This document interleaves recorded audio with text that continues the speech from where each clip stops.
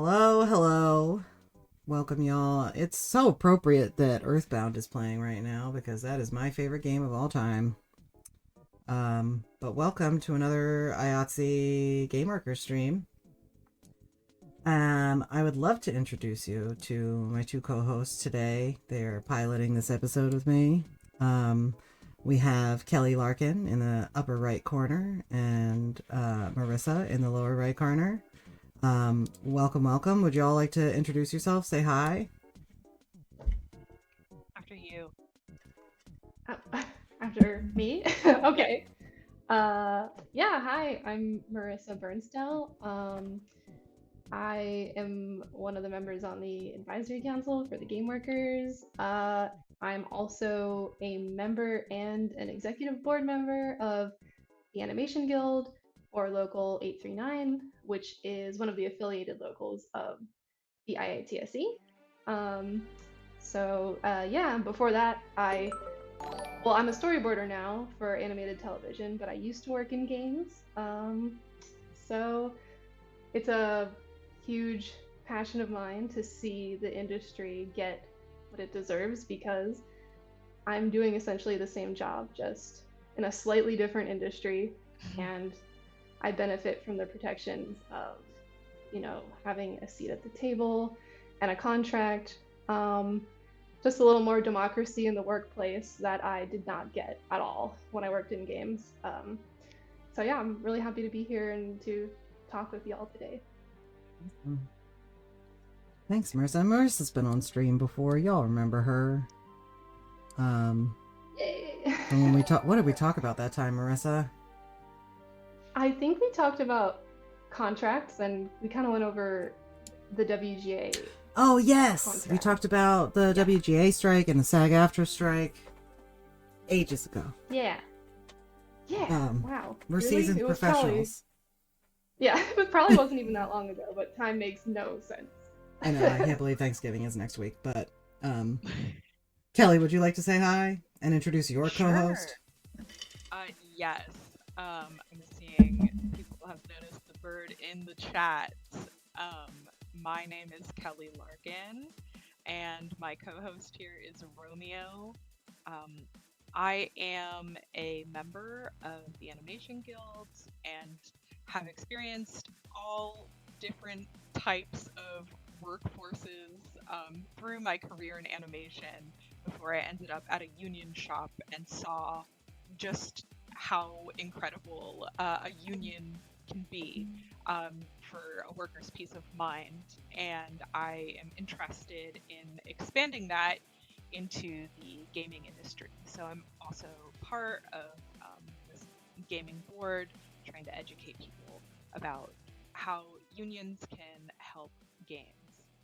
Romeo is unemployed. He's never worked a day in his life, and he doesn't know what's going on, but he is here to be pet, and that's what he's going to be doing during this stream. Sick. I love it. I did try to crank the volume. Let me know if that worked in the chat. Everyone says hi, Romeo. Lucky bird, yes. He's a good bird, yeah. Stayed quiet. Romeo is a union ally. That is true. He believes that we're stronger together. We are stronger together.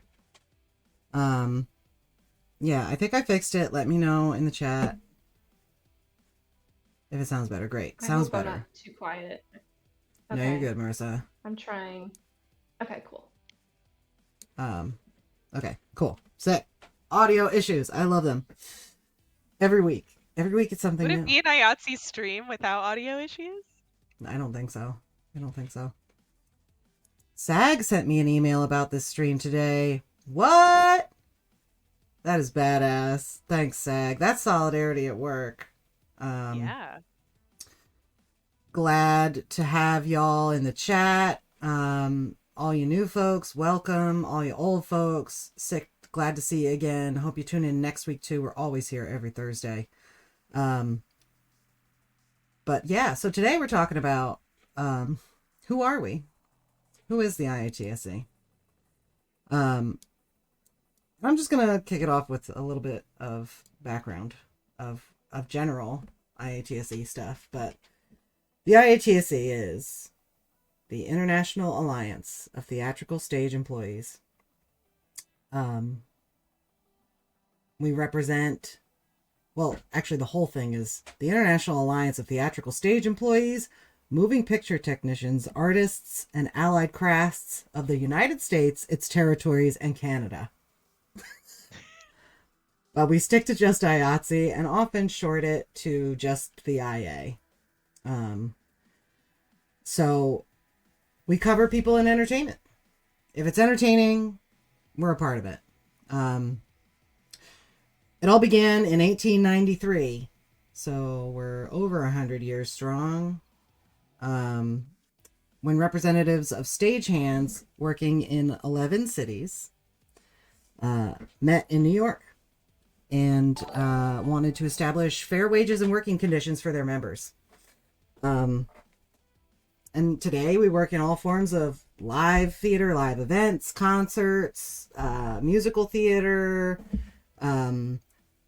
television production, motion picture and film production, trade shows, which is like conventions like Game Developers Conference and SIGGRAPH, and any sort of exhibition stuff for museums and things of that nature as well, television broadcasting, as well as folks who work in the equipment and construction shops that support all of that work. Wild Brain in the chat. I'd love to see Wild Brain. Hell yeah, congratulations to all y'all at Wild Brain. So happy to see you here. So happy to hear that news. Yes, for those of you in the chat who aren't aware, Wild Brain is a huge animation studio based out of Vancouver in British Columbia, and they are just recently unionized under the IATSE. So welcome to being IA members. Can't wait to see what you win in your contract. Solidarity to you. And also solidarity to all the SAG folks in the chat. Glad to have you. So yeah, that's kind of who the IA is as a very broad stroke. But we have over 168,000 members. And we are constantly trying to expand and cover people in entertainment, which is why we're here today. We're talking about game workers, who are broadly unrepresented entertainment workers. And we're working to try to help them win contracts. So yeah. Marissa, what do you think of that explanation? Did I do a good one? Yeah. So yeah, we ultimately try to cover gig workers, really, because most entertainment work is contract based, which I think is something very similar to what happens in games. And it's not every game worker, of course, just like it's not every entertainment worker either. There's folks who are staff, there's folks who are longtime employees of a place. But there's also folks who bump around, move from studio to studio, or are just like on one project until its completion and then have to move on. So what do you feel about that, Marissa? How does that apply to you at the Animation Guild? Marissa seems to be muted. Oh wait. Oh boy. Okay, unmuted you, Marissa. Okay, so I was like, I swear, I'm not being really like dismissive and moody. Anyway, sorry. Your question was, what do I think about? Kind of what you said about the. Yeah, I was talking about gig work and contract based stuff. Yeah, I think being under the Animation Guild and under the IATSE, it's extremely helpful for gig work, because when I had like a contract that was not union, like I worked at Lucasfilm Animation, which was not union. I had a contract at 2K Games. Basically, once that contract is up, it's kind of up to me to figure out my health insurance, which Yeah. is really not fun at all and very expensive. And one of the biggest benefits I think that I see from the IATSE's benefits is the fact that health insurance and those hours accrue and you stay covered while you're in between those jobs. So it's really been like a night and day experience for me to not have to worry about that when my show is on hiatus or it just ends and I have to find new work. It's really great instead of having to go on Cobra or just, I don't know, just kind of YOLO, hope for the best. Yeah. I did the YOLO thing for a long time as a non-union employee in New York. Mm. Real quick, I feel like this is touching on something that important little games and lapis lazuli, sorry, I'm never gonna be very good at reading people's Twitch names. Lazuli. Great, thank you, Lapis Kelly. lazuli. Um, I feel like that's what they're touching on it kind of here, which is that ability to have coverage in the event that you get laid off. Yeah. And it's really important for folks to know that they have that security in the event that they get laid off, because that's something your employer does not provide. They just cut you off and say, yeah, sure, you could pay for Cobra, I guess, which is like 600 So much plus money. a month. Yeah. Yeah. Absolutely. I think even, oh, sorry. Go ahead. No, go right ahead. I think even for people who work not contract, having a say or a stable like healthcare provider is extremely important, because I've experienced and witnessed even this week, like someone I know having their work change their health insurance like again, multiple times throughout the year.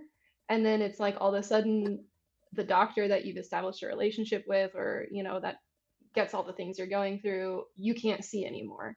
And it's just completely unstable. It happens all the time. So I think that's another, way that it could apply to people who maybe aren't contract.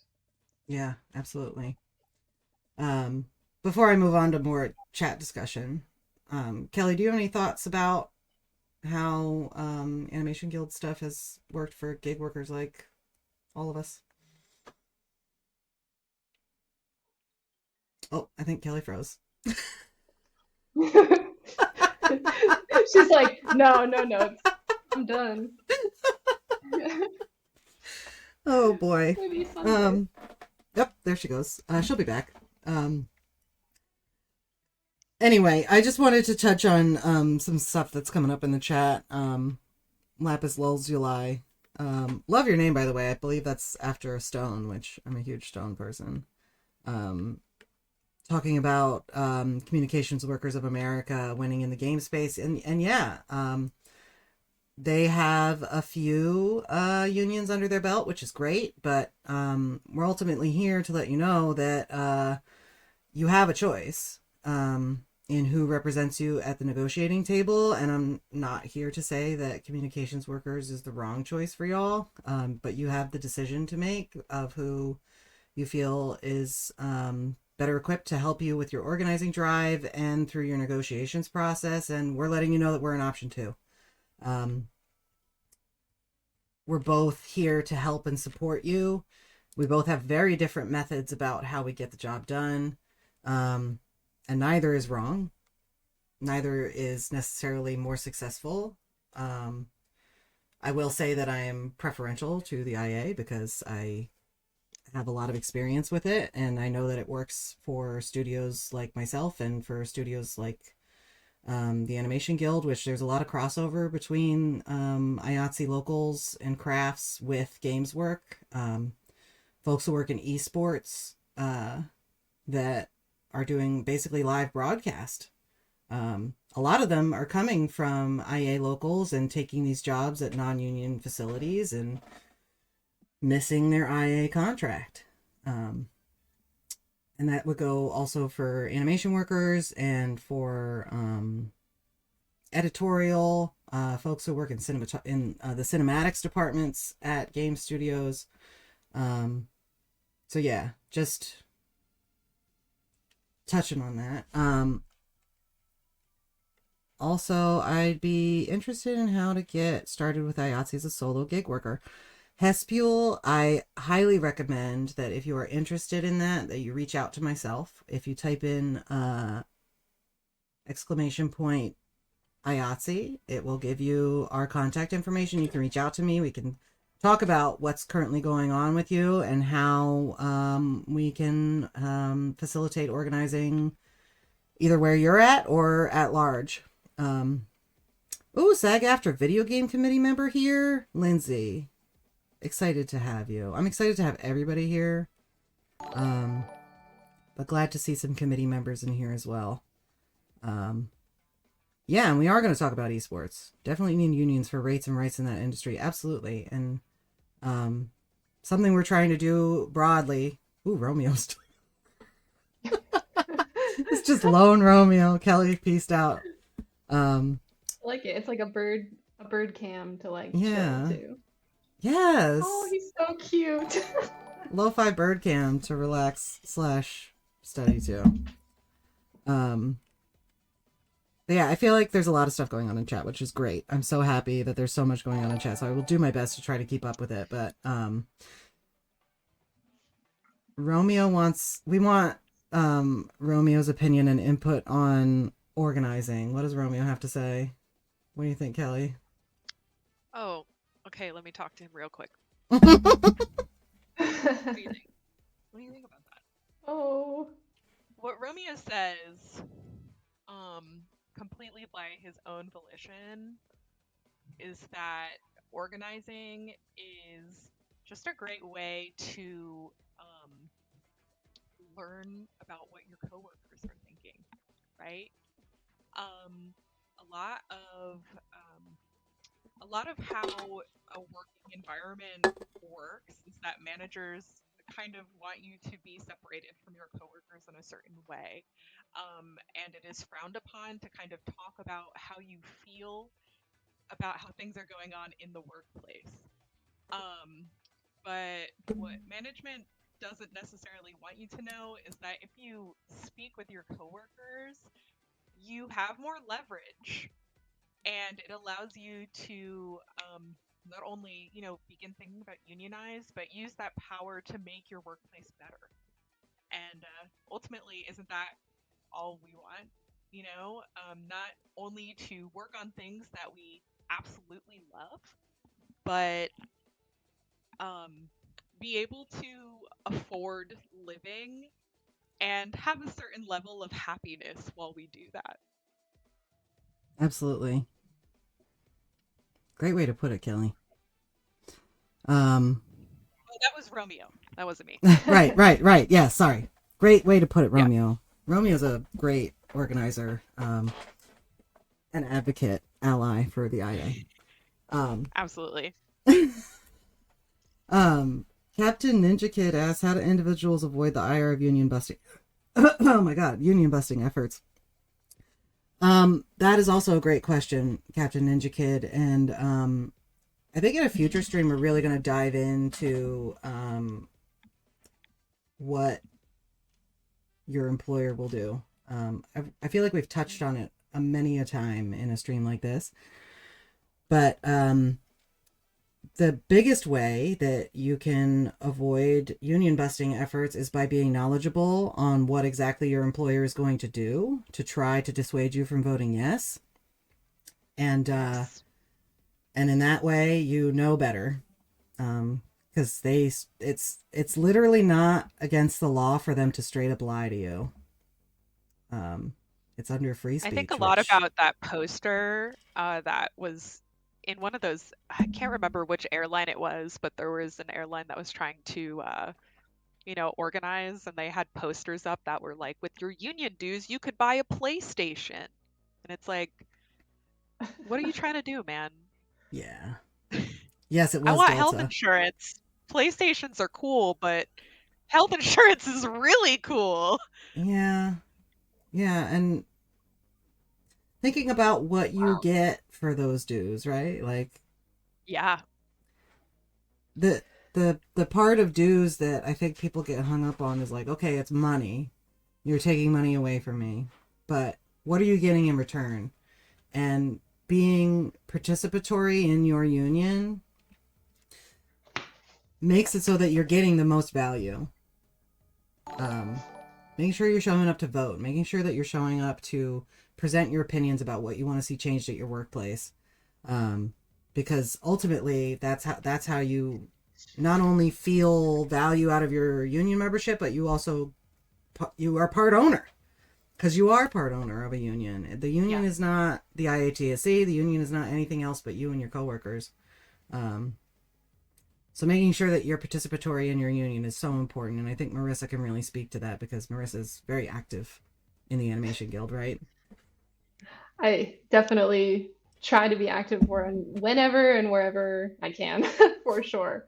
It's I mean, because that is what the union is. Like it is you, your participation fuels it, your issues.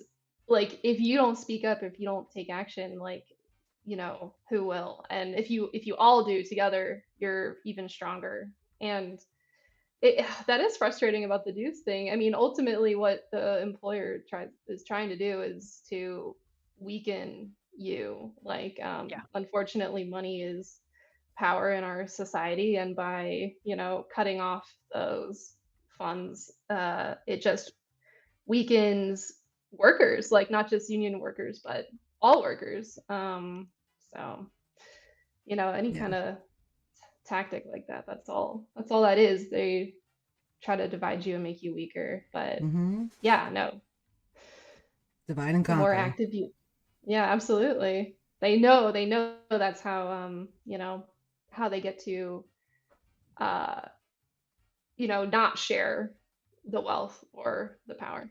Mm-hmm. Absolutely. Um, Alex Burby is asking something that is very deeply touching to me because it's directly related to where I come from. So I wonder if you know me, Alex, but I might know you. Who knows?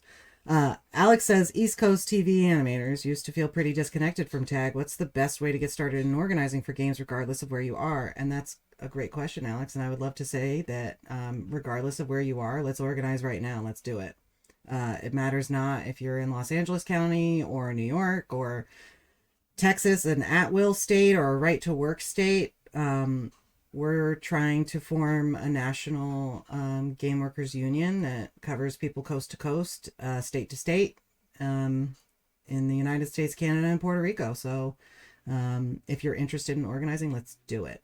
Contact an organizer today. That sounds like very like late night TV commercial to me. It does. But it's literally just hitting me up. Like if you email me, you will Yeah. meet with me. I will be there. But anyway, I digress. Which is why you need to go get a bad name. So European, but the state is one as well. So complicated. Yeah, unions are complicated. This whole process is very complicated. But yes, union bustings hinges on us not knowing any better. And that's what we're here for. We're here to educate so that people know what's up. And they can avoid this stuff because we have power in numbers. And like we were talking about just a moment ago, they want to divide us so that we're not united. But yeah, so let's get back to talking about more specific why we're actually here this evening. Yeah. But maybe we could talk a little bit more about, Animation Guild specifically, because I feel like it really is very similar to what we're trying to achieve for game workers. Not a direct copy, but because you and your coworkers are ultimately going to figure out what this shapes up to be. But I think it's a really good model that we could follow. But talking about a studio like Disney, a huge, massive behemoth of entertainment as a whole, that even now has started to, well, they don't have their own specific games division anymore. They used to, and dispelled it because they found it would be much more beneficial to, at least financially, to not have to risk money on opening a game studio. So they decided to just license their stuff to other game studios, and they just rake in money while other game studios take all the risk of a game being successful or a flop. But because they are very broad in their scope, they unionizing there ultimately helped establish industry-wide standards that enable animation artists to be a part of the middle class of the United States, which is something like, I'm sure y'all have heard this, Kelly and Marissa, but all growing up as an artist myself, people were always like, oh yeah, you're going to be a starving artist. I hope not. I don't want to I mean, starve. just the artist part sounds great. I prefer not to starve. But being able to be a part of a union that protects you between your animation gigs and sets the floor for the wages that you could be paid, as opposed to you negotiating individually for what your salary might be, really helps to make sure that your lifestyle is sustainable. Yeah, so many animation guild folks in the chat. Glad to have y'all. Good. Tag solidarity forever. Let's go. Hell yeah. But yeah, do you think there's any other like examples somewhat like Disney that kind of like set the stage for standardization across the industry that we can look to? I feel like Disney is such a great example overall because it's something that's kind of ever evolving and changing, right? We have the first organizing effort that happened at Disney in the 40s. And if you haven't seen images from the pickets lines, then they're pretty amazing. And they're some of my favorite images to look at. But even now, there's still organizing going on at Disney with their production crews. So, it just goes to show that there can kind of be that continual push to organize, even in these different facets of this creative industry. Beyond that, I mean, IATSE covers so many professions, and they're all people who are really passionate about entertainment and also want to be able to entertain you while making a living wage and being able to put food on the table. 100%. So ultimately, that's kind of the strongest suit. But even beyond that, in these negotiations, because unions are the people that organize them, you're ultimately getting together with your coworkers and making the improvements for yourself, putting your own demands forward. Absolutely. Anything you want to add to that, Marissa? Yeah. Can you hear me? I had a Yeah. Yeah, I was just kind of thinking about other ways where like the crossover kind of happens and where it might be beneficial for our contracts to maybe be, close to each other in the IATSE. I think one area where that happens with animation and games is definitely the nature of technology in our industry.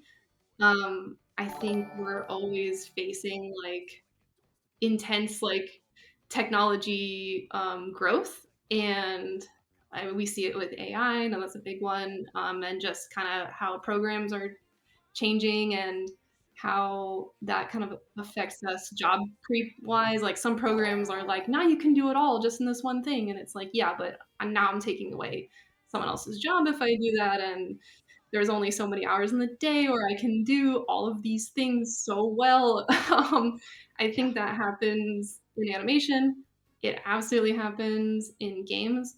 And I think it's definitely a benefit if we're like working together to kind of be one step ahead of, we know where the technology is going and we can come to the employer and, hopefully be like, hey, how we use this technology is on our terms. And, hopefully we can slow that kind of job creep from happening or from technology taking away our jobs completely. So I think that's a pretty big area where the crossover happens.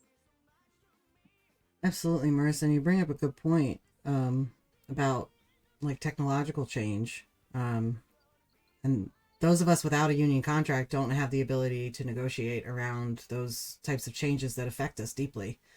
So making sure that you have the ability to negotiate with your employer over these changes to make sure that it doesn't impact you in a negative way is super important. And those of us who don't have that consent or that ability to consent to those changes are the most susceptible to them. Chew Gamers in the chat asks, with this union we're looking at building, as an indie game development company owner, how can I join and get any and all information for my employees that want to join as well? Chew Gamers, if you're an indie game developer owner, I highly recommend that you send your employees to our website and tell them to contact an organizer if they'd like to unionize. If you're open to the idea, you could change your company over to a co-op and they could be part owner of it. But that is a very involved process. So if you want your employees to be union, let's get them in. Let's organize. That's great of you, though. Love to see an employer who is pro-union. It's such a rarity. So big ups to you, Chew Gamers. Icy Beach? I'm going to try. Icy Beach says, what professional positions does future game workers IATSE hope to represent? That would be everybody and everyone who works in games. From the bottom up. Everybody up until management level, which does not include folks who have manager in their title, because oftentimes those people are mislabeled as management. Like a production manager does not necessarily mean they are management level. And the NLRB has 12 criteria that exclude people from being a part of a bargaining unit, which I don't think we'll get into that very deeply right now, but they're very clear lines, well, somewhat clear. They're slightly vague, that say whether or not you're management. But ultimately thinking of like folks that don't have the ability to hire or fire without oversight. Like your boss could do that indiscriminately. A production manager might be able to say, hey, I think so-and-so is doing a bad job, but like, can they actually do that without oversight from somebody above them? Can they just like let you go? So it's a bit of a gray area, but everyone that works in games is who we're ultimately trying to cover, and we're not being discriminate with who that might be. Bottom up QA all the way to developers, engineers, artists, tech workers, all that. Everybody who works at a studio. Great question. Icy Beach. Great. Cool. I'm gonna go back to talking about general IA stuff. But also talking about that Disney thing, I just want to mention that if you're interested in learning more about the evolution of the Disney Union, or organizing Disney, which is a long historical process, you could check out this book called Drawing the Line or The Disney Revolt. Those are two really great books about organizing in animation. And it talks about the history, which some of the history of unions in general in this country, it comes from like the mafia. And I could tell you that we're no longer run by the mafia because history is history. It's the past. And what we're doing now is organizing in the modern age. And so if you've heard any like possibly not so great things about like a union contract, that might be something antiquated, but also if it's something that you really don't want, we won't put it in your contract. We're not here to do that for you. You and your coworkers put that together.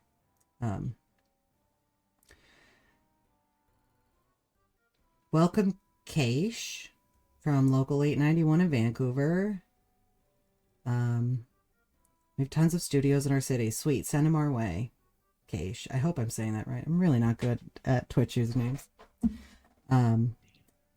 I Rami L says, are you limiting organizing at the start to certain areas and regions, or do you have organizers embedded in other IATSE locals across the country interested in organizing the games industry?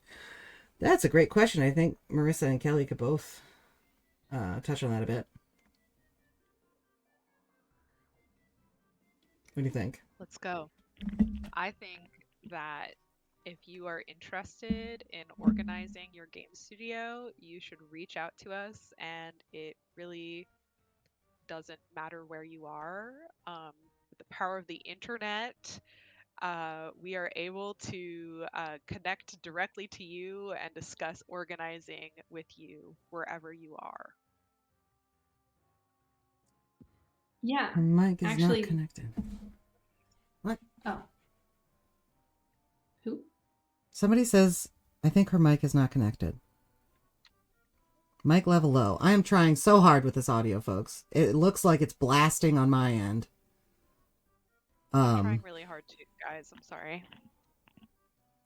Person on the top of the screen. Yeah, that's Kelly. We can hear her. Don't listen to them. All right, great. We're moving on. Sorry. Okay, thank you. Thank you, Important Little Games. Appreciate you. Great. Thank you, True Gamers. All right, so what I was kind of touching on was like the fact that y'all are like IATSE allies and are helping organizing games. So what do y'all feel about that? You mean Marissa. just... Yeah, go ahead. Go for it. Allies in games, or allies of games helping in general, or kind of like back to the regional country thing? Because I was just going to say that we are totally open to like other places in the country. It's not just Los Angeles. So definitely don't feel held back by that, or Los Angeles or New York or anything really. It's a countrywide kind of effort. But yeah, I mean, just speaking as an ally in games, I mean, I know I have a background in games, which kind of incentivizes that, but that's not really the purpose of it. It's really more knowing, like, kind of artist to artist, like what you do and how hard it is and how much money it makes the employer and how little you get back. Like, it's honestly, like, it keeps me up at night. It straight up pisses me off. I don't even work in the industry anymore. But I could, and maybe I will again. And it really just benefits everyone for us to make sure these mega billion-dollar companies don't get to keep taking advantage of our passion and honestly our like super specific set of skills, like irreplaceable set of skills that they rely on. Like that is so much power in itself. We need to make sure that they don't keep taking advantage of that. Like I think plenty of IATSE locals agree. Like, you don't have to know how to make games to know that game workers have a highly specified, or like these specialized skills that are getting taken advantage of. And like, that just goes against our very core, because we know it can be different, and it absolutely should be different. So Yeah. Yeah. You want to add anything to that, Kelly? I mean, that was incredibly well said. I think to add on to it, you know, the bosses are kind of creating the ideas, but the people who are executing them, the people who are actually making the games that you sit down and play every day, those are the workers. And so it is incredibly important that as a worker, you can feel safe and protected in your workplace. And when I say safe and protected, I mean not just having health insurance, but making sure that you can be present with your family, being sure that you are not getting injured on the job. And if you get injured, that there are ways that can be taken care of. Um, Ultimately, I love creating animation, right? Whether it's for games or for TV or for feature animation. Animation is such a cool thing, and I'm so grateful every day I get to do it. But it's also important to ensure the longevity of something that I'm really excited and passionate about. And if you work in animation or in the games industry, you know that there can be a decently high burnout rate where people will finally put their foot down and say, I really can't handle being abused like this anymore. And when you are a member of a union, you are all collectively putting your foot down and saying, actually, boss, we are not going to tolerate this anymore. 100%. Hell yeah, Kelly. I think you both are like talking about being passionate, which, you know, is something that a lot of IA members are engaged in, which is that labor of love. That thing that, like, you were a little kid, you got that camera, you started shooting little movies, and you were like, I want to work in the film industry. You were a little kid, you're drawing stuff in a notebook, and you say, I love watching cartoons all day, I want to work on cartoons. You're a little kid, you're playing video games, and you're like, man, I really want to work on this. Like, I want this to be my job. You can do that as a job? That's awesome. Amazing. Let's go. Yes. And employers prey on the fact that we're passionate. They prey on the fact that we'll do a lot of stuff to be able to do this work because we care about it so deeply. But that does not mean that our jobs are a gift. That does not mean that we're not skilled. That does not mean that we're not deserving of health care and a retirement and all the other things that go along with being an employee. We don't want to be exploited because we care deeply about what we do. So let's make sure that we're not, by having a voice at the negotiating table and organizing our studios. When I was a kid, I learned I couldn't be a cartoon, so became an animator instead. That's very funny, my 2K. I love that about you. That's amazing. We want to work. Yes, 100%. It's Quimby. We're fighting to be the lifers at the company. Right. But, they tell us, like, oh, this is at-will employment. Like, you can leave whenever you want. But we can also fire you whenever we want. Yeah. They tell you you have to give them 2 weeks notice. But they'll just let you go that Friday. They ask you to be very polite. And then they're extremely rude to you. B. Bogard 88 says, would love to hear a little bit about how esports keeps lowering budgets for returning shows and seasons. Sometimes they are paying everyone differently, even in the same job, plus it's 30% or half of the industry rate. B. Bogard, that's abysmal. And I don't think that we should stand for that anymore. So if you're working in esports and you want to be able to negotiate at the table with your employer, let's do it. Hit me up and we'll have a conversation. We'll talk about it, what we could do. 720 and if I can chime in. Yeah, please. Oh, so sorry. No, never. I'd also like to open that up to be like not specific to the players of esports, but also anyone dealing with setting up tech and such for esports, because I know that exists as well, and I think that has a really strong crossover with the IATSE. Like like with stagehands and live performances and things like that. I would really hope that we hear from them as well. Definitely. Definitely.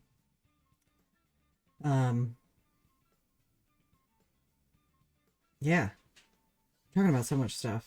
I'm like, chat my document. Chat my document. This is great. I love that there's so many people here. It makes me so happy. It makes my heart so full. Because So the more many people people who from are so many here, different unions. So yes, great to see.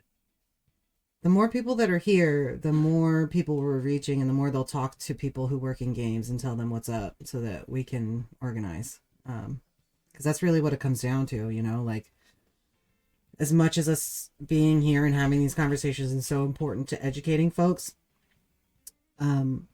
we can't do anything if the workers don't want it. So the workers got to want to do the work. We're here to help and facilitate. Marissa and Kelly are huge allies to our movement and are here to help and facilitate. But we can't do it without the workers themselves. So This one person says no union, but I am angry.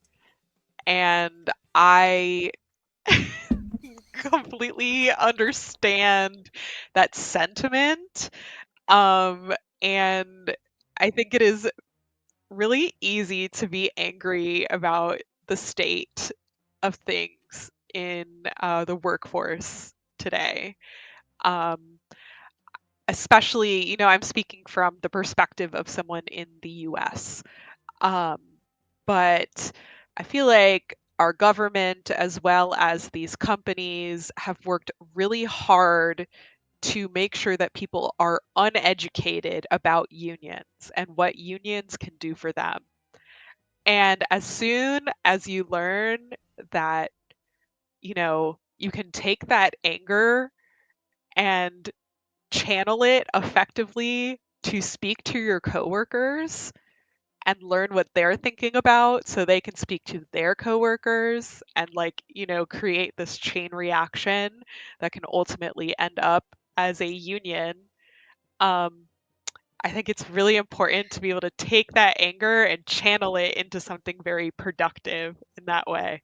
Otherwise, you're just yes, sitting and seething all day. You got to take that energy and turn it into something productive, 100%. which is why we're all here. And that doesn't have to be necessarily anger. It could be sadness. It could be loneliness. It could be despair. It could be happiness. It could be neutrality. You're just like, yeah, things I guess are fine here. But taking whatever energy you have and using it as a conduit to have a conversation with your coworker about your working conditions. That's how it all starts. That's how it all starts. Oh, I kind of wanted to chime in because Yeah, it please. seems related to, we were talking about passion kind of in our workplace. And I don't know why when you were talking about it, I just started thinking about how when I worked at Telltale Games back in the day, like we were all very passionate. And as artists, I feel like, sometimes our passion comes out in a way where it's like, I will prove that I can do something amazing because our work can be very personal, right? Like, and Yes. we want it to look good. We want it to be awesome. So it's really easy for us to fall into, yeah, I'll do that extra thing because like it's a point of pride. Like my work needs to be good.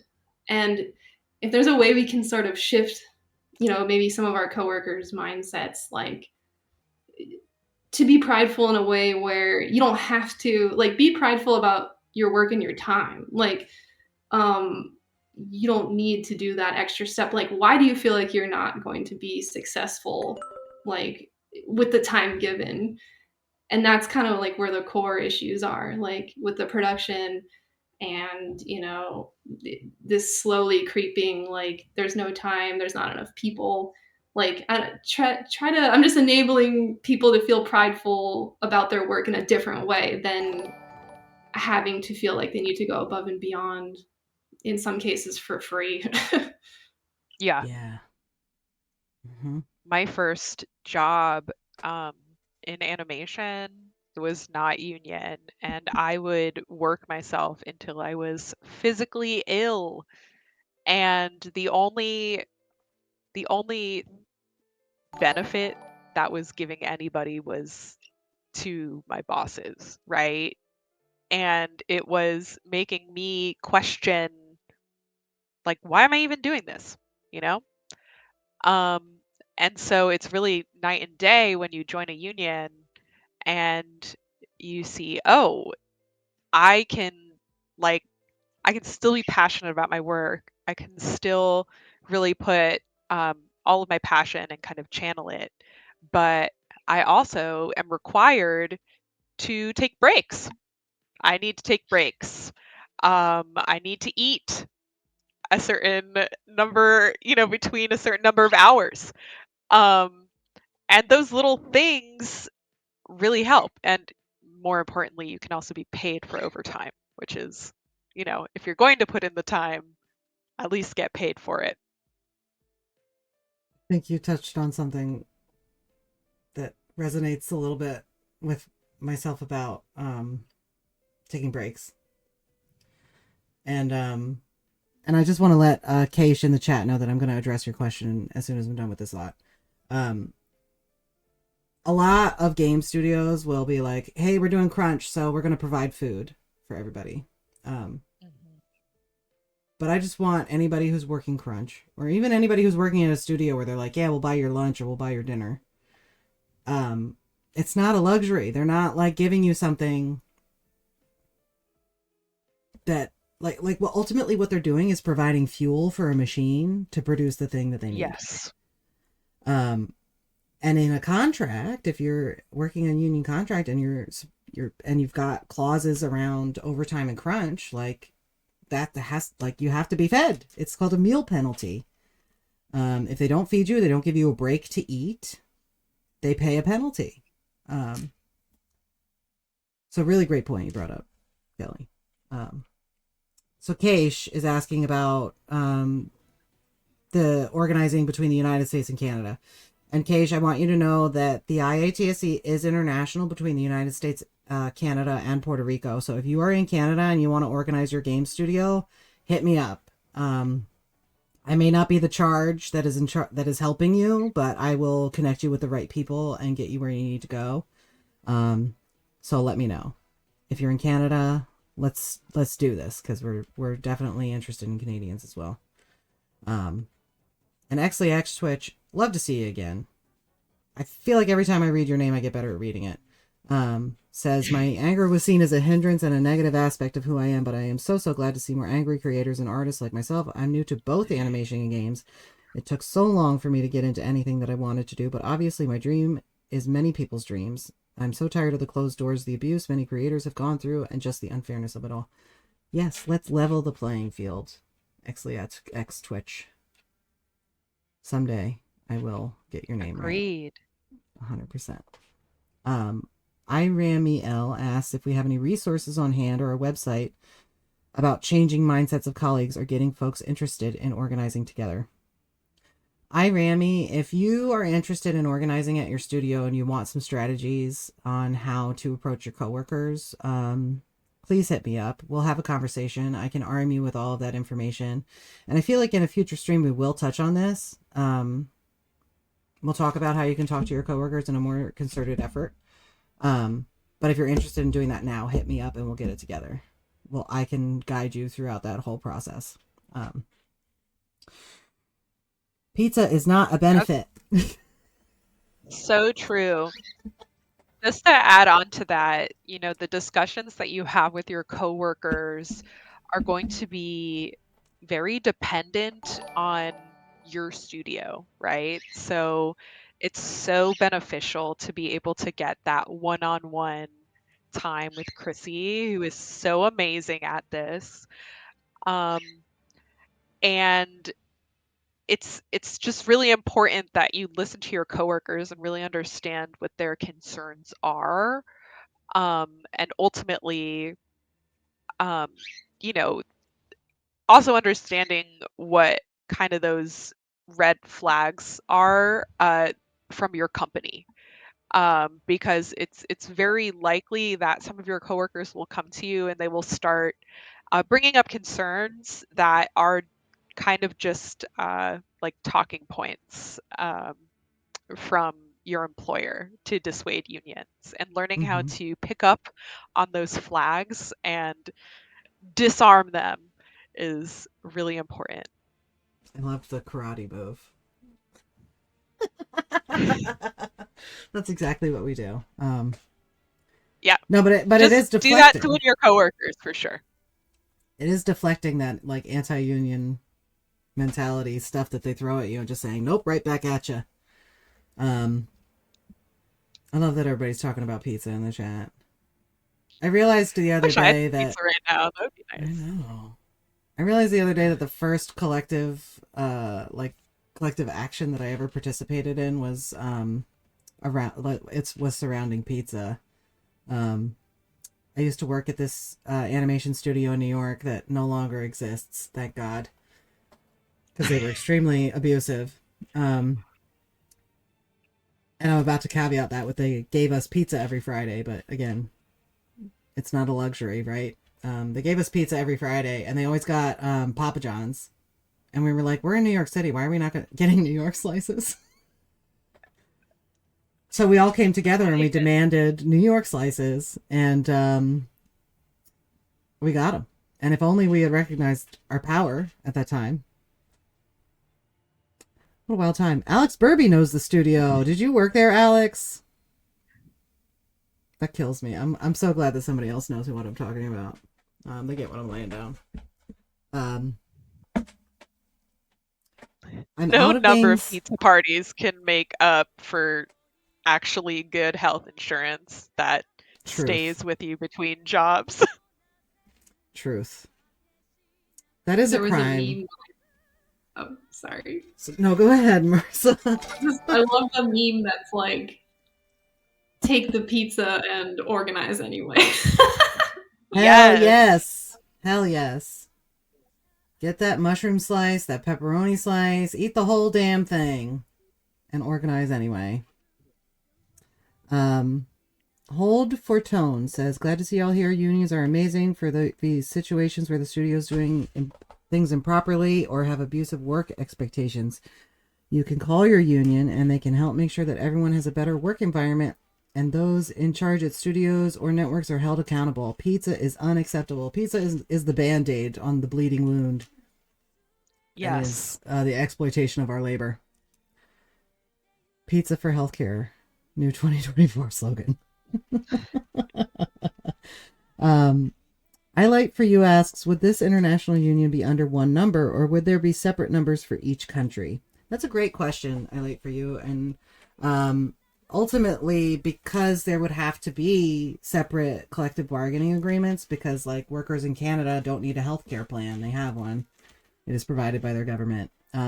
We would have to organize separately, and therefore they would likely be two local numbers. Animation Guild, another great example. They have local 839 in the States and local 938 in Canada.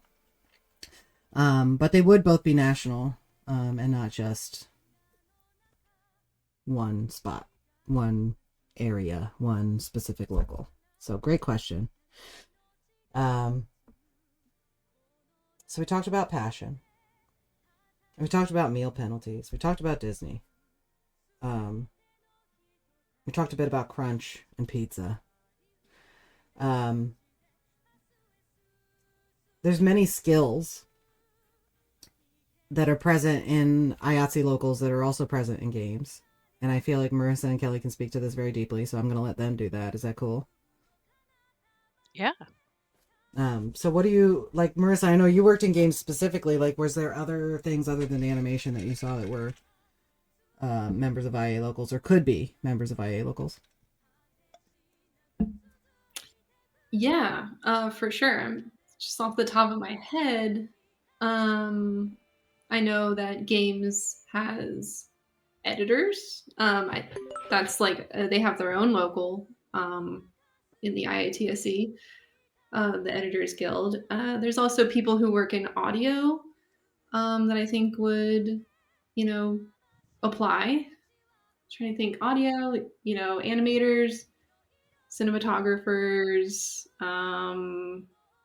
production people, production assistants, things like that. I know we're still kind of gaining more and more of those throughout the, entertainment industry. So that would definitely apply. Trying to think of some more. There's lots.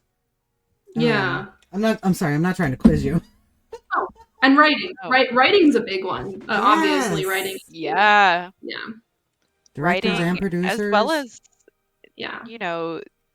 there is a subsection, Chrissy, I think you can speak more to this, but there is actually like a subsection of voice actors that are covered under a union currently that do work in games. Yes. And So like there's already unions in games. It's happening. Yeah. Mm-hmm. There's definitely unions in games. For example, Ubisoft has a union in Sweden, but not here. So they already have unionized employees. They just don't have unionized employees in the States. So if you're working at Ubisoft, wink, wink, nudge, nudge, they already have union employees. So why not be union here? Great point, Kelly. Directors, producers. Yep. Sorry. Go ahead, Marissa. Oh, in some cases, like we have the same studios, like in animation, in television and feature that we do in games. Like we have Amazon, we have Netflix. Those are two. There's definitely more, but like these companies work with unions. Like it's not They're unheard just of. trying to not work with unions in this specific area right now because they can't. Mm-hmm. And they know it'll cost. Well, they know they'll have to share some of the piles of gold that they're sitting on like dragons. Like, it's crazy. I like to say the first raise I ever got in games was actually like mandated by the government because I forget the year it was, like 2016 or something. I think Obama was like, people need to either be paid this amount salary or you're going to have to pay for overtime. And that's the law now. And my company was like, oh my God, let's give everybody a $10,000 raise because that's actually cheaper than paying them overtime. And that's how much they were exploiting us. Yeah, and that's wild. I know my company was not the only one and is not the only one that is still benefiting like that immensely from the free work and the exploitation. So I was trying to find that loophole. Totally. Yeah, thanks, Obama. Oh boy. Sorry, I was reading the chat. No, totally. A very genuine thanks. Like it was life changing the money that we got living in San Francisco. Like oh my gosh, you're in San Francisco. Oh yeah, and I know a lot of game companies are, and man, is it unaffordable. Directors, producers, writers, broadcasters, TV, video, music composition. These are all people who are covered under IA locals. Blizzard's cinematic department has tag members under a tag contract. That's fascinating, Wizard of Kitty. If I've never spoken to you before, please hit me up because I would love to learn more about that. Yeah, I had no idea. That's crazy. I want to talk to those people and be like, how did you work that out? Oh, it's Crystal. It's Crystal Khan. Hi. Crystal Khan, tell me. Hit me up. We got to talk about this. I got to find out more. Yay, Crystal's also very, I think, qualified to talk about these things absolutely if she ever wanted to. Crystal's awesome. Yeah. Amazing. Crystal, if you ever want to come on stream, let your girl know. Let me get my VTuber set up. Sick. Love that. But yeah, like all of these things are covered under IA locals, but I just want to be clear that we're not trying to divide the game workers up into these locals. What we're trying to do is to create a game worker local that encompasses all of these job classifications, and makes a broad game worker union for everybody who works in games. We're not trying to like divide because again, divided we fall, together we rise, right? So we're not trying to split everybody up into individual locals and individual contracts. We're trying to get one contract for everybody at a studio. And then eventually everybody who works in games across the country. So, yeah. Great thing to touch on. Crystal Con, you don't have a VTuber? Get one. If you like Papa John's, we're going to have some sort of discussion. I mean, I don't like New York slices. That's just me, though. I mean, especially if you're in New York, you gotta get those New York slices. Getting Papa John's is a direct insult. Truth. And every week when we were at that job, I was just like, it's a waste of money. So, again, I just want to touch on the fact that we're game workers, we're contract workers, we work in entertainment. We understand the issues that workers in games face because we struggled with them too before we had a union contract.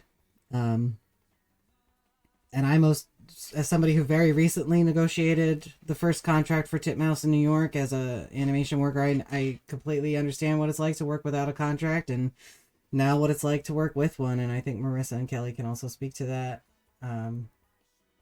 But we want to expand and provide raised standards industry-wide for game workers to make sure that everybody's paid a living wage. Regardless of where you are. Like if you're in LA, if you're in Minnesota, if you're in Texas, if you're in an at-will state or a right-to-work state, it matters not. Let's organize. Sarah's Coffee Run asks, hi, as a co-op studio, how can we support the unions? So you're a co-op, yeah? That's great.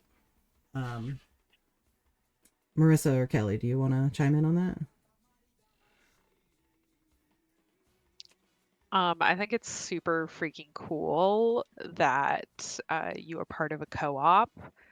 And I think if more people had co-ops, we would be living in a better society, would be closer to that utopian ideal.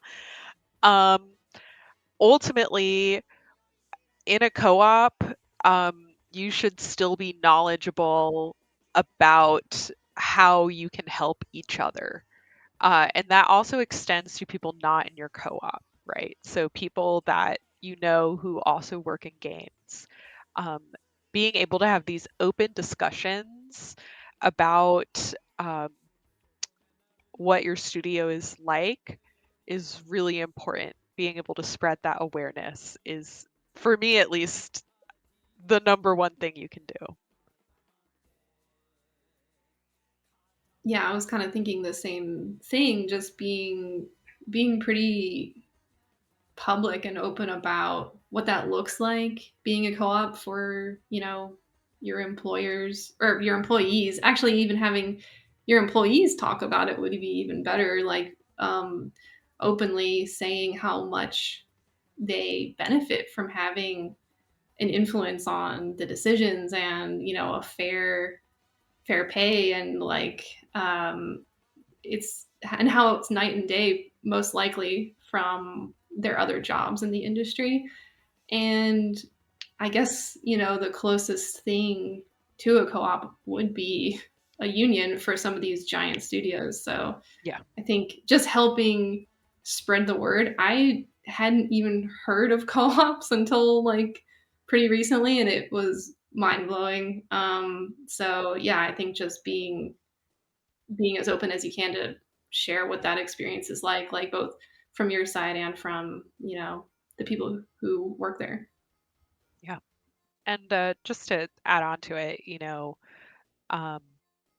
showing up for other unions is also a really great thing you can do. You know, being in Los Angeles, I have been watching a lot of picket lines recently. And it is really important for me as a member of a union, but also as a person who cares about the well-being of others, to join in on those picket lines when it is available for me to do so. So, um, yes, we are workers with the same goal. That is absolutely what I'm getting at here. If you are a member of a co-op and you see other people trying to organize, being vocal about your support for those people, if you see the picket lines, being able to hop onto those lines and show your support. Um, these initiatives are all very people run. And so we need the people to be able to get in there and do the legwork and show, um, those above us that we mean business. Yeah, absolutely. And being an incredible ally like Marissa and Kelly are, uh, supporting the people in your community that either want to unionize or are union is so important. Um, it might feel like you're not doing a lot, but making sure that you have good conversations with the people in your community about what it means to be a union and spread the truth instead of the misconceptions and the lies. Um, and not trying to argue with people, but letting people know like what the real reality is about unions is so important. It goes so far because we've had decades of nothing but lies and misconceptions about unions in the media spread to us, and that's why unionism in this country is at an all-time low. However, Yes. union support is at an all-time high since the 1970s. So let's flip the scales again. Let's make sure more people in this country are unionized than not, so that we can be protected. And I don't want to blame Ronald Reagan again, but I will blame Ronald Reagan every I will freaking day. always blame Ronald Reagan. Yeah. So yeah, great question, Sarah's Coffee Run. And I Light for You asks, what's on the agenda to make this union happen? Well, number one, you're working at a studio, you talk to one of your coworkers and you find out whether or not they're in support of a union. You say, hey, coworker, I'm feeling kind of stuck. How do you feel? Do you think a union is for us? You find out whether or not they're in support. And this is somebody you know and trust. This is not just like some random coworker that you've never talked to in your life. Take a safe bet, right? You find out, yes, that person is in support. Great. You find a couple other people who are also into the idea. You hit me up. You say, hey, Chrissy, I got a couple of my coworkers who are down to organize at our studio. I come in, I train you. I teach you how to have conversations with more of your coworkers, how to have difficult conversations with your coworkers. And then we ultimately try to achieve supermajority support. We try to achieve 80% or more support for a union at your studio. Then we file for our union. We sign authorization cards and we file for our union. We march on your boss. We tell them we want to be a union. And they can either voluntarily recognize us and say, okay, I believe you. Let's negotiate.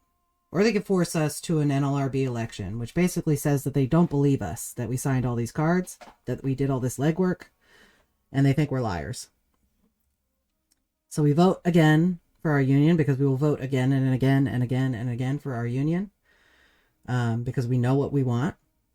We're well educated on the subject and we're well aware of what we're getting into, because they'll be like, oh, hey, we want to have a company-wide meeting so that you all understand what you're signing up for. It's like, no, we already signed up. We already know. They treat you like you're dumb, but you're not dumb. But then we go to a vote and we all vote again. We all say, yes, we want our union. And if we have 50 plus 1% support at that time, because your boss will try to dissuade us, we move forward to negotiations. We negotiate your first contract, which could take a short period of time or a very long period of time, depending on multiple factors. We talked about that last week. Our stream was about contract negotiations. And once it's ratified, we submit that contract to the tentatively agreed upon contract to your coworkers, and they say whether yes or no to it. And if it's a no, we go back to the table. We continue to negotiate. But if it's a yes, it's ratified and it goes into effect immediately. And then you renegotiate it every couple of years. So that's the agenda. I just did a quick rundown. It was really well laid out. Thanks. Appreciate that. Off the cuff, I got it. Like you've done this before, maybe. Yeah. I've studied. I've been through it personally, which is a rarity. Sweet B. Bogard, I can't wait to talk to you. Hit me up. Players of games also want us to unionize. You know what, Alina Staten, I think you bring up a really great point, which is reaching out to our community to support us in these efforts. Community is everything, and I think Marissa and Kelly also know a lot about that, considering that we've both been through 2 huge entertainment strikes with other unions. Yes. It is really important.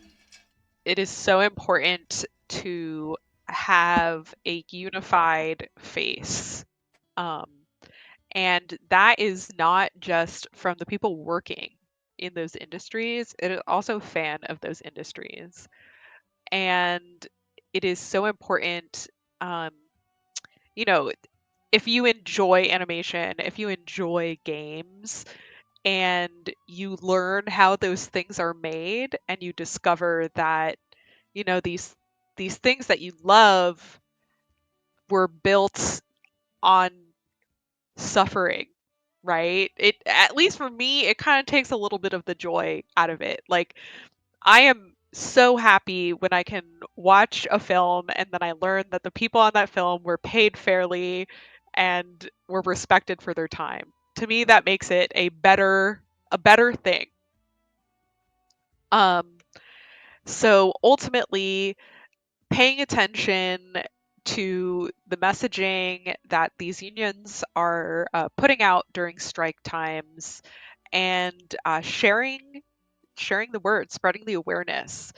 Companies will notice when their consumer base is upset about something, and they will make changes based on that.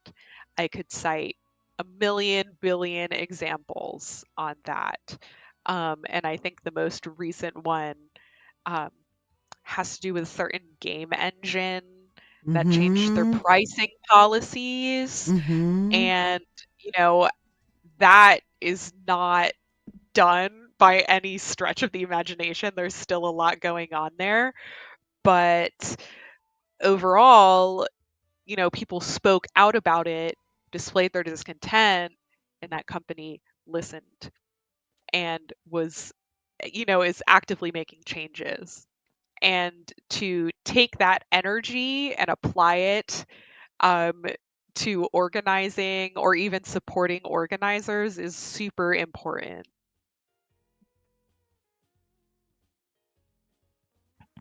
Yeah, I think that was really well said. And I think on that note, and I think someone in chat's note, a lot of the things that game devs are upset about are directly tied into the things that the consumers are upset about. As game devs, we know our higher ups aren't making decisions that help a better game, or the consumers have a good game experience. They're just trying to make as much money as possible for the most part, and that results in crappier games. And as content creators and creatives, we don't want to release crappy games. We want to make good stuff that people enjoy. So I think being as transparent as possible to the consumers about why it's happening is going to be really helpful, because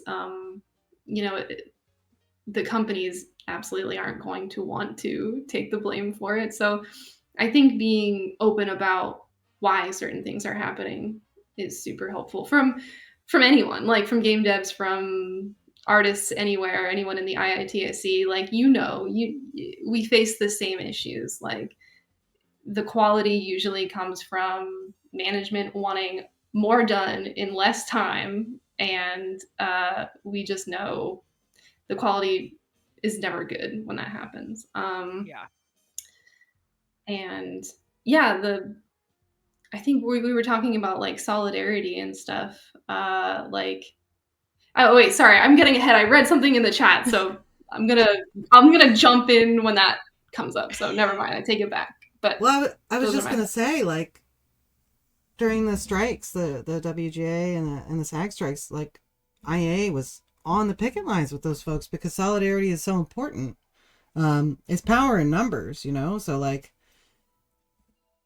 that's really where it's at. We all gotta join hands together, to make sure that we all get what we need, because we're all laborers. We are all employees. We are all workers. We're not on the side of management. Um, it is the haves and the have-nots. And we got to fight them for what we rightfully deserve. Yep. And I think it was incredibly powerful to those employers to see the immense social media response and the immense numbers of people that were on those picket lines, because they knew they were up against something that they had never been up against before. When there was the writer's strike in like 2008, I wasn't on a picket line. I barely even saw one. I was working in animation at the time, but like, solidarity was low. And times have changed significantly, and we're all waking up and This is realizing, one of the good things about the internet, truly. yes, Is that we can all see what is happening it's right the only now. good thing about Twitter. That's the only good thing about Twitter. Yeah. Thinking X. No, I'm just kidding. Oh right, yes. I'm sorry. They've changed their names. Fearless Sun asks in the chat. And number one, I want to address that is a badass username, and that means that you are ready to organize because you're fearless. I don't know if that's truth about you, but we'll find out. I have a practical question about organizing. I work from home, as does most everyone else I work with. This means that our primary means of communication with each other goes through company assets, which makes people reluctant to talk candidly about unionization. Is there some advice for circumventing that limitation? What do you think, Marissa and Kelly? You should ask those cool people for their phone numbers or their discords or any method of communication that is outside of the workforce. I would like to say that when you are beginning to create murmurs about a union, that can be a very dangerous time. And I don't want to say that unionizing isn't without its risks, because we all got to eat, and typically you need income to do that. So ultimately, you should be reaching outside of working channels to have these discussions. It's not great to talk about unionizing on channels that can be monitored by your company. And that's not just for your protection, but it's also for the protection of your future union in general. You need to remember the goal is that your company really shouldn't know about these unionization efforts until you know that the majority of your coworkers are ready to come out and say, hey, we want to form a union. And so a company can definitely cut that short in its infancy if you use those company channels. 100%. So yeah, Fearless Son, reaching out to you can reach out to your coworkers on company provided communication channels to say, hey, would you like to get a coffee after work? Or, hey, can I get your Discord handle? Or, hey, can I get your email so that I could talk to you later? Whatever it might be. But you want to make sure that you have conversations about unionism outside of those channels, because who knows if they're monitoring them. And as Kelly brought up, it's not a zero risk activity. And if they catch you as an individual, it's much easier to just let you go as opposed to a bunch of you and your coworkers. And I'm not trying to dissuade you from having an organizing conversation, but if you do it safely, you'll be fine. People are talking about Signal, and I've... Oh, sorry, go ahead.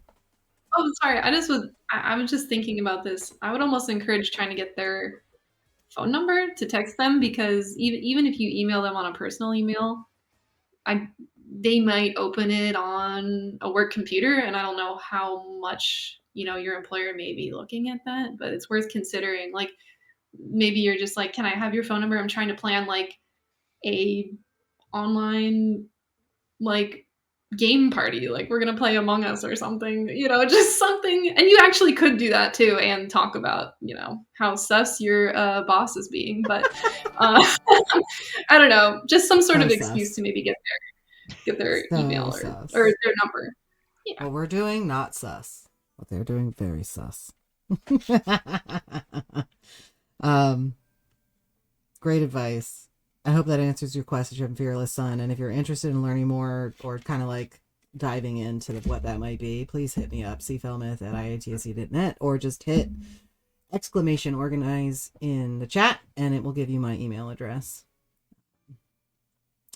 Stupid little kids. First time chatter. Love to see it. In 2013, I worked on a non-union show for minimum wage that was supposed to be a union show they had hidden from IATSE. And when I joined Local 700, IA looked into my show for me and found it to be hiding. They went after the show, and because I had time cards for every hour worked on that show, I got a massive $30,000 back paycheck because they were supposed to have paid union wages. Union is the way to be. I'm no longer IA, I'm DGA and WGA now, but I will always be pro-union. Stupid little kids, that is a fantastic story. I'm so glad that you got that success and were able to get paid back wages for what you were absolutely owed for people trying to circumvent a union contract. And that's one thing that, I think we need to maybe talk about a little bit, is that like part of what our union does is it makes sure that your employer is upheld to the contract they signed, because they will ultimately, as they always do, try to find loopholes and go around it.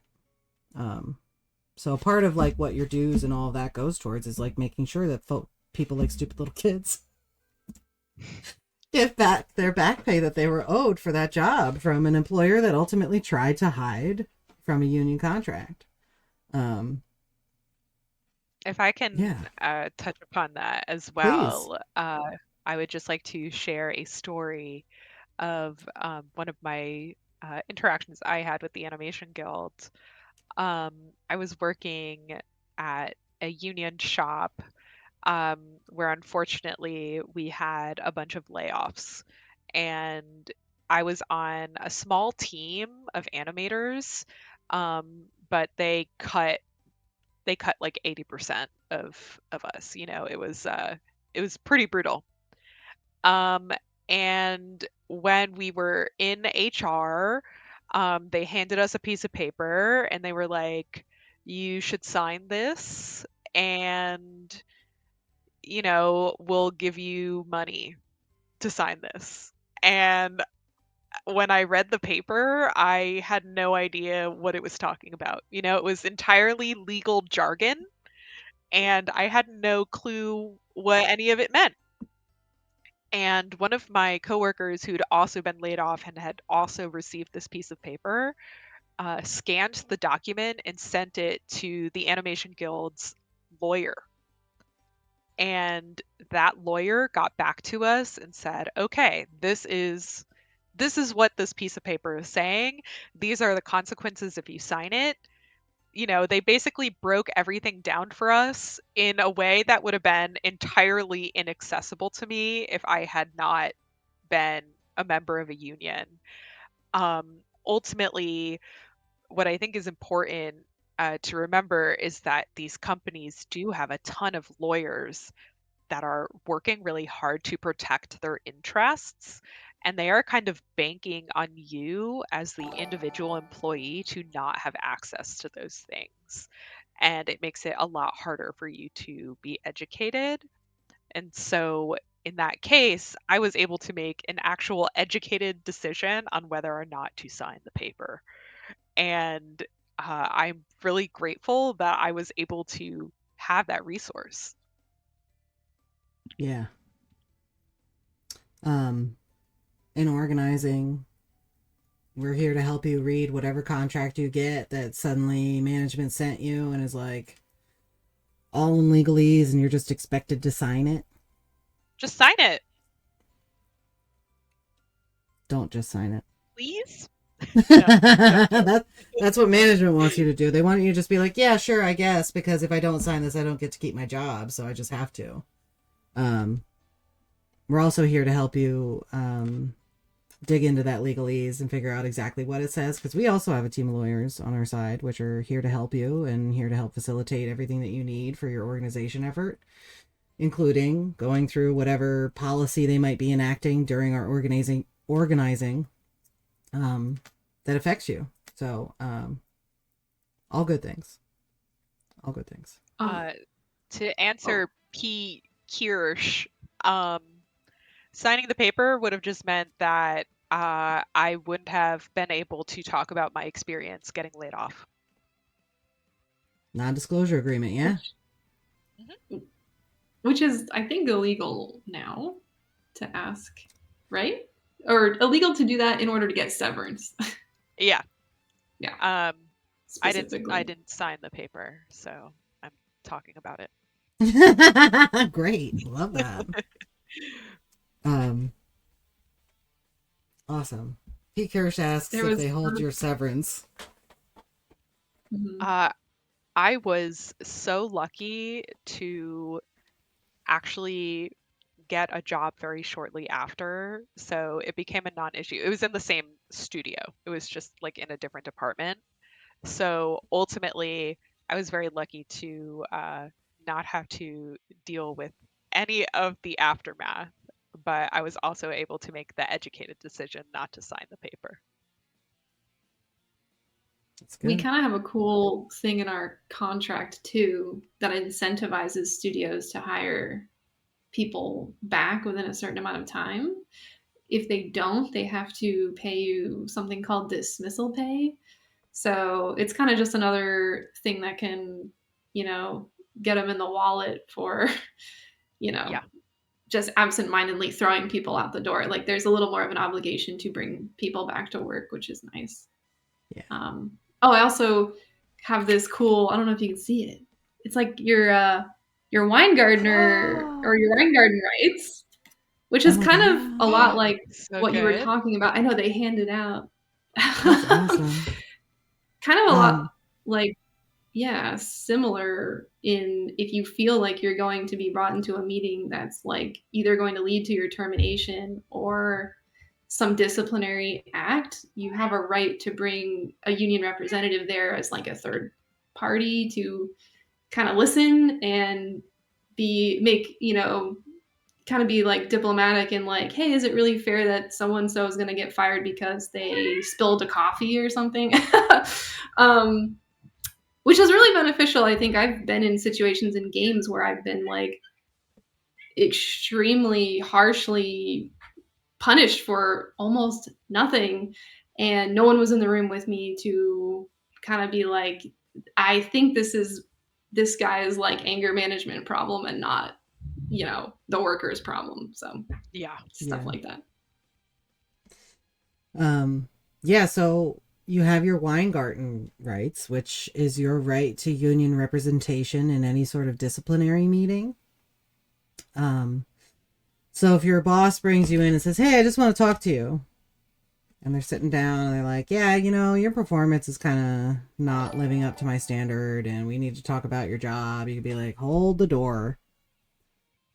I am requesting that my union representative be here to have this conversation so that I can make sure that whatever we're talking about is to the plan of the contract and also, not illegal in any way, shape, or form.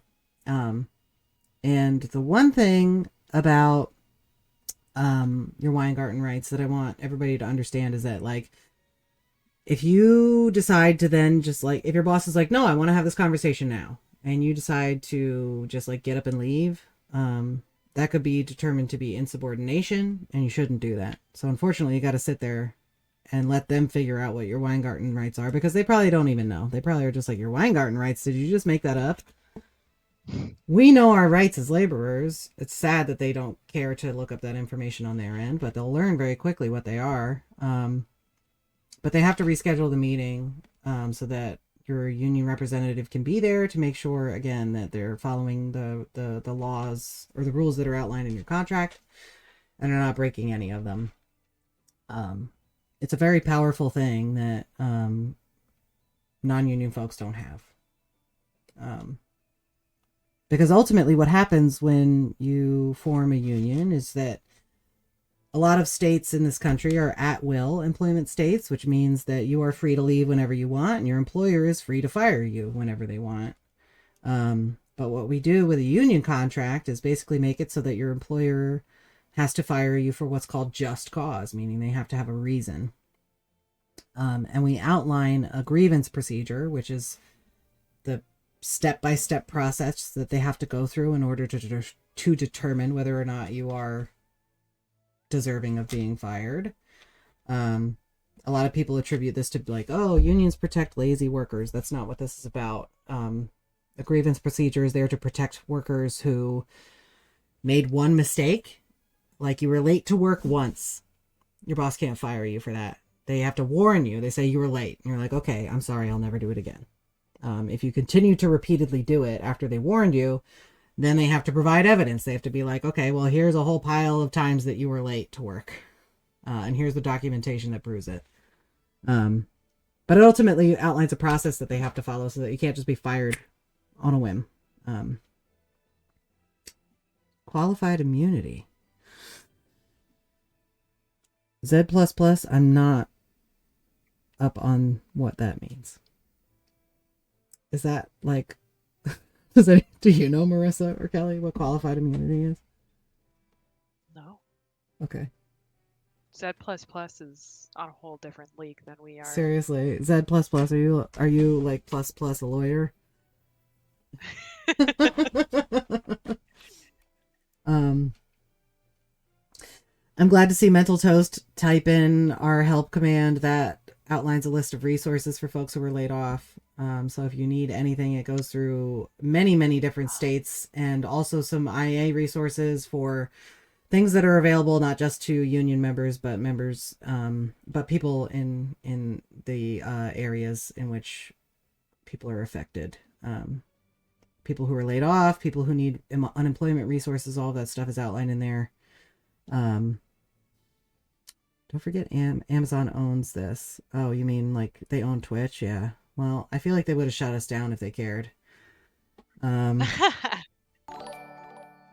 we're not trying to organize Amazon workers except for their game studio.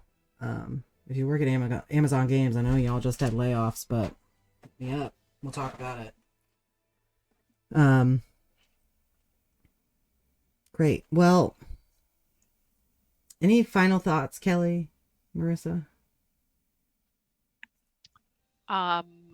I suppose my final thought, the thing that I would like to leave people with ultimately is that starting a union at your game studio starts with you. And it's very easy to wait for others to take that action, but it is super awesome for you to take that action and for it to happen sooner. And being able to take those first steps, whether that is, scheduling a lunch with your coworker or typing in the help action here on Twitch and learning who you can contact to become better educated, that is what you got to do. And when you make the decision to become a union organizer, you're making the decision to improve the lives of every coworker that you work with. And you should do it. I dare you. Triple dog dare you. Do it. Yeah. Yeah, I second all of that. I dare you. I quadruple dog dare you. And you got to do it now. Yeah, you have to. And I just want to say, kind of from the perspective of an IATSE, local and member who goes to a lot of interlocal, mixers and things. I just came from an officer training, which was like really amazing. Like that's another thing that IATSE is really helpful with. They provide a lot of education in a lot of different ways for all of the locals. And every time I talk to the locals, and I mention the efforts going on in games, like every single one of them is so excited and on board. Like games is so widespread. Like we all love games. Like Yeah. Even your parents probably, like, they have a relationship to games. Like it's been around. It's been around a long time, and we're all really excited for movement in this industry. So I think I've talked to enough people where I think I can fairly say from all of the other IATSE locals that they 100% have your back in this effort. And I think it's closer than ever. So let's go. Let's go. Yeah. Let's do this. Hit me up, cfellmeth at IATSE.net, or go to our website, gameworkers.org, fill out our survey. It's super important so that we can learn more about what's affecting game workers, but also so that we can get in touch with you, so we can hit you up and be like, hey, you want to organize at your studio? Let's do it. And if you're in here and you're part of a local, but you know someone who is in games, send them the link. Send them that gameworkers.org link, and make sure that they're educated about what's going on right now. Yes. And I Light For You asks, when do game workers get their IA local number? And that is when we charter their local. So I don't know what it'll be. I can't wait to find out. I want to thank Marissa and Kelly so much for being here. Y'all were incredible guests, and I hope you come back. I know, Marissa, this is your second time here, but please come back. If you'll have me. Every week. And everybody in the chat, I hope you give us a follow. Send our website to your friends in games, or go fill out the survey yourself if you're working in games, or just straight up contact an organizer. Skip a step, hit me up. Let's go. Let's do this tomorrow. And we will get y'all a union protection that is the likes you've never seen before. Solidarity. It's very similar to all the union protections that a lot of people get. But we'll get it for you because you deserve it. You're worth it. This job is not a gift. It's something you earned. Fearless Sun asked one more question. I'm a contractor, and so are several others of my coworkers, along with coworkers who are FTEs. I'm not sure what that is, but the problem is that we're all part of different agencies or corporate employees. In the case of FTEs, that means that our experiences can be very different. How can we overcome that? Fearless Sun, I really encourage you to hit me up so that we can have an in-depth conversation about what's going on with you and your coworkers, so we can figure out what we could do. Full-time employees. Okay, that makes complete sense. I am really good at acronyms. We're all part of different agencies or corporate employees in the case of full-time. Yeah, so your experiences can be very different. But I think finding You want to meet people where they're at. So if you're having a conversation with somebody in that friend group and you're trying to figure out, like, you straight up ask them. You say, hey, friend, hey, coworker, what are the things that you might ask for if you could change anything at this company? And you'll get them to start thinking about the things that bother them about where they work. And if nothing does, if they're just like, yeah, everything's great here, maybe asking, like, what are the things you really value about being here? Because your employer could take them away at any time. Yeah. I got a lot of good thought openers, Fearless Son, and if you want more, contact an organizer today. Chrissy's full of them. 1-800-ORGANIZE. That's not my phone number. Again, I hope y'all have a great week. Thank you so much for being here this week. We hope we see you next Thursday, same time, same place, 4 p.m. Pacific, 7 p.m. Eastern, twitch.tv/IATSE. We will be talking about nothing next week because it's Thanksgiving. So I hope you have a great week next week. But the week after, we're having an in-person live IATSE local panel to talk about this subject and more. Marissa will be back. Oh, I guess I'm already back. I know. I know. I invited you. You're coming. But we'll be live and in person, and I hope I see y'all there. We'll be on Twitch as well. So we'll see you all next time. Have a great week, everybody. Happy Thanksgiving. Bye. Bye. Thank you.